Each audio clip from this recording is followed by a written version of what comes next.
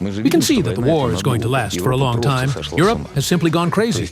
I mean, they're already planning how they're going to deploy up to 1 million people. Where they'll get them from, they don't care.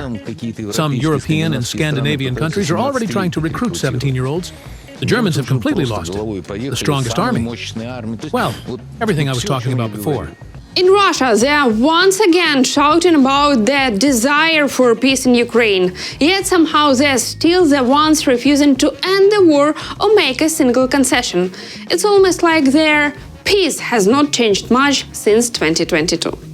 And those so-called peace-loving Russians, they are now blaming Europe for preparing for war against their poor, innocent homeland. I'm Sofia, and this is Spin Snipers, where we turn Kremlin drama into bite-sized reality checks.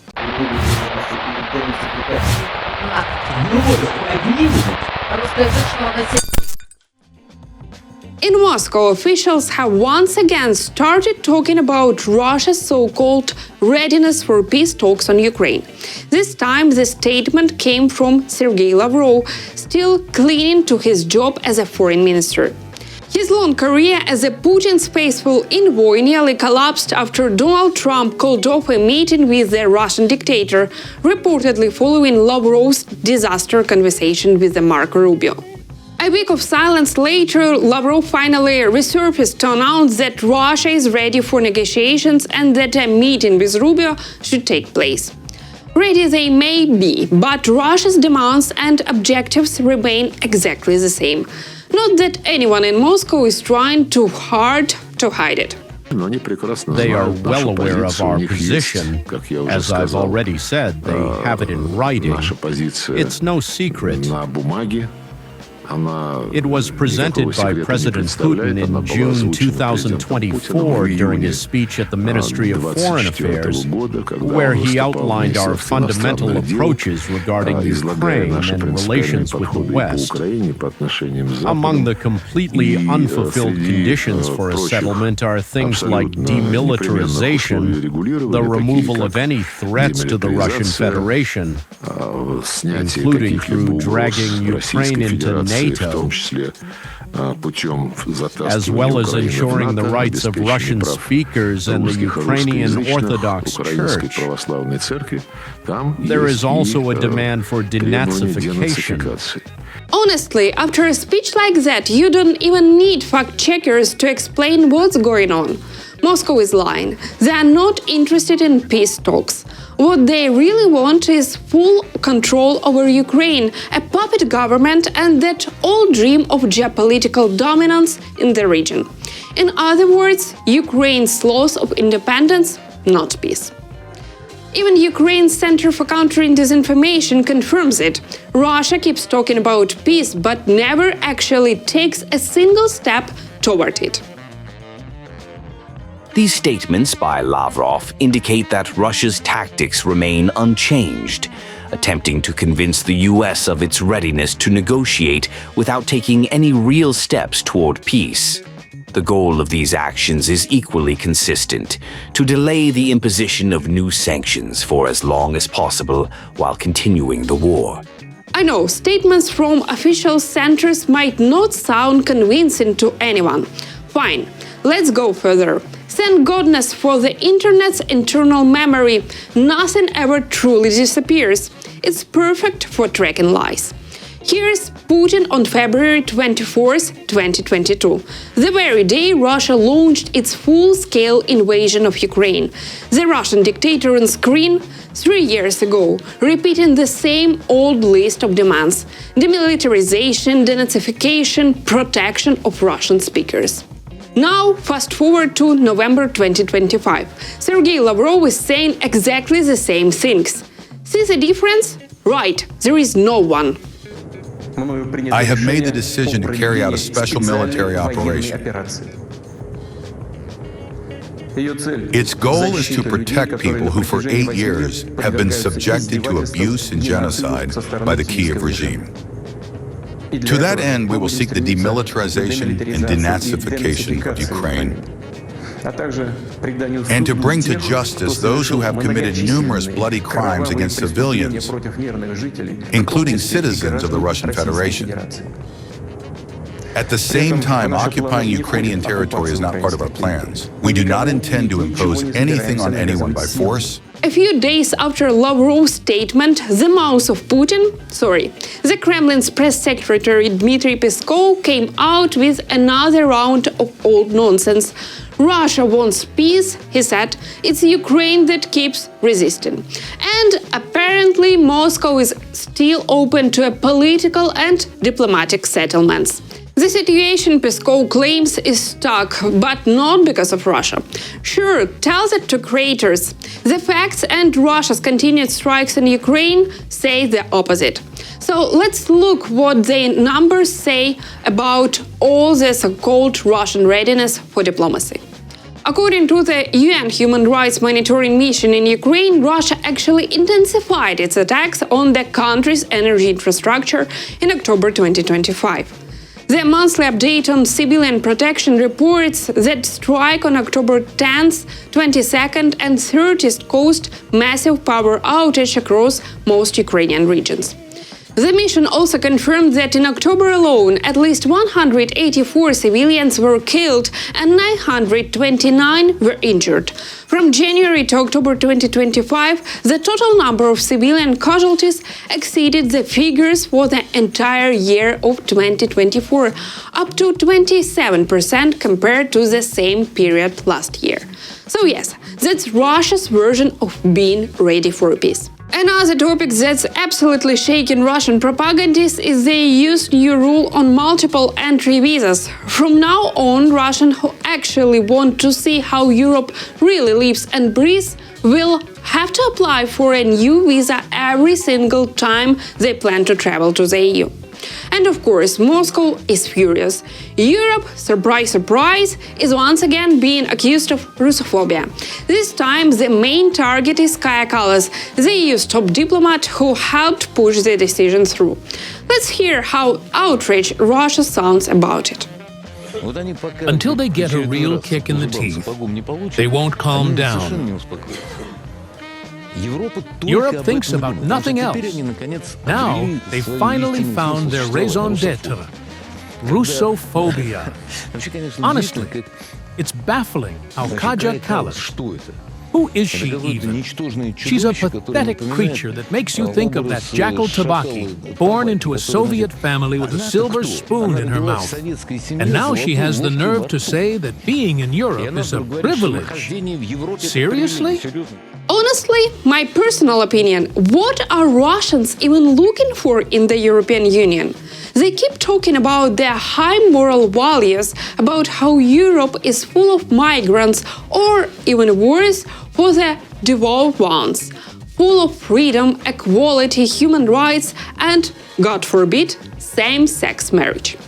So why go there at all, even as tourists? You've got a big country of your own. Take a trip around it. Or what? Not beautiful enough? Not developed enough? And one more note about Kaja Kallas and her so-called Soviet past. In case anyone forgot, in summer of 1940, the Soviet Union occupied Estonia and forcibly turned it into one of its republics. Classic Russian tactic. So why all this nostalgic talk about her Soviet childhood? If it were not for your country, Estonia probably would not have had that past in the first place. Anyway, back to the internal topic. According to Russian media, Europe is preparing for a war with Russia. How original. Let's hear what kind of messages the Kremlin's talking heads are spreading this time. We can see that the war is going to last for a long time. Europe has simply gone crazy. I mean, they're already planning how they're going to deploy up to 1 million people. Where they'll get them from, they don't care. Some European and Scandinavian countries are already trying to recruit 17-year-olds. The Germans have completely lost it. The strongest army. Well, everything I was talking about before. Putin's mouthpiece Dmitry Peskov confirmed it. Europe is indeed preparing for war with Russia. Apparently, Moscow is worried for once that NATO countries are finally spending more than 2% of their GDP on defense. Yes, in reality, NATO agreed back in June to raise defense spending to 5% of GDP. This is largely a long-term game, triggering by Donald Trump's return to power in the US and his unwillingness, as he said, to foot Europe's bill. Let's not forget history. Back in 2014, NATO set the 2% GDP defense target. It took until 2025 for all member states to actually reach it. And Russia? Well, Russia is spending over 6.3% of its GDP defense this year, but naturally sees everyone else as the ones preparing for war. Our views coincide. Indeed, there are very strong quasi-militaristic sentiments in European countries. They are forcing themselves to further increase their military budgets. Some countries, like Poland, have already pushed theirs close to 5%. Other countries are following the same path, even though it's crippling their economies. This leads to economic overstretch and will, in the medium term, have even more severe consequences. But apparently, Russia is not scared of war with Europe at all. They are confident they will win, probably just like they thought they would take Kyiv in 3 days. Germany, strongest army in the world. And yet you can't protect your own citizens. When you look at the everyday crimes happening there, it's a disgrace. Germany has turned into a country where people are afraid to let their daughters go out in the evening. What are you even talking about? What can Germany, or Europe for that matter, possibly be discussing right now? What is there to debate? You want to fight? You can't even put your own house in order. You are pitiful wretches who have been losing and have lost your own streets. You've lost your ideology. What else is Russian propaganda talking about this week? Apparently, the UK is supposedly planning a nuclear accident that could contaminate all of Europe. And of course, Ukraine is also under fire. Russia claims they are storing missiles right next to nuclear reactors. Let me remind you that the Russian Foreign Intelligence Service released a report, put out information, that the British are allegedly instigating, so to speak, some kind of nuclear cataclysms, precisely so that a contamination cloud would move onto European territory. And here, apparently, they could approach this matter very subtly, like cutting the power in halls when Zelensky is being interviewed. You probably couldn't call that an interview any other way. By the way, let me remind you that Ukraine also stores expensive surface-to-air missiles in trucks, directly next to nuclear reactors. Understanding that if we strike them, then the main turbine hall where the nuclear fuel is located will be destroyed. That could cause serious cataclysms. Those claims are especially cynically bold when you remember what they did to the Zaporizhia nuclear power plant. In 2022, Russians seized the plant, then planted more than 20 minefields across Energodar, the city that hosts the station, and around the facility itself. Russia used the territory of the Zaporizhia plant to station troops and to store ammunition and explosives. Ukraine's main intelligence directorate has repeatedly released footage showing exactly that. So yes, accusations about someone else risking a nuclear catastrophe are rich, coming from the party that occupied a nuclear power plant and turned its surroundings into a battlefield. Ukraine's Center for Countering Disinformation confirms it. Russia is accusing the West of planning an accident at Zaporizhia. But here is the truth. Russia is fully responsible for the safety of the plant. They occupied the station, placed military equipment on its territory, and are effectively pressuring the staff. Such accusations have nothing to do with reality and may indicate that Russia itself is preparing a provocation at the Zaporizhzhia nuclear power plant. However, the main purpose of these statements is to intimidate the population of Ukraine and European states. Russian intelligence services have regularly spread fake warnings in advance, accusing Ukraine or the West of planning attacks in order to shift blame in case of their own crimes and to shape the desired information environment.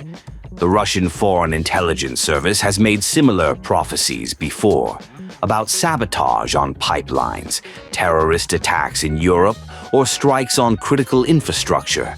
None of them ever came true. And finally, today's story that's less about spinning for a Western audience and more about propaganda aimed at Russians themselves. This might actually give you some insights, or at least a grim chuckle about why the church is still plays such a central, unchanging role in 21st century Russia. A priest of the Russian Orthodox Church recently declared that the greatest threat to Russia is having their own opinions. According to him, people should not seek knowledge on their own online. They should rely on the teachings of the church. Apparently, this is how Russia justifies government's moves to block any websites it doesn't like or even to disconnect the Russian internet from the rest of the world. I think the biggest problem is disobedience to the church, to Christianity. When a person with access to the internet and other resources can study things independently, yes, but refuses to heed the voice of the church that exists here and now, it seems to me that disobedience to the church and its canon, basically stewing in one's own thoughts and opinions, is probably the most dangerous thing right now.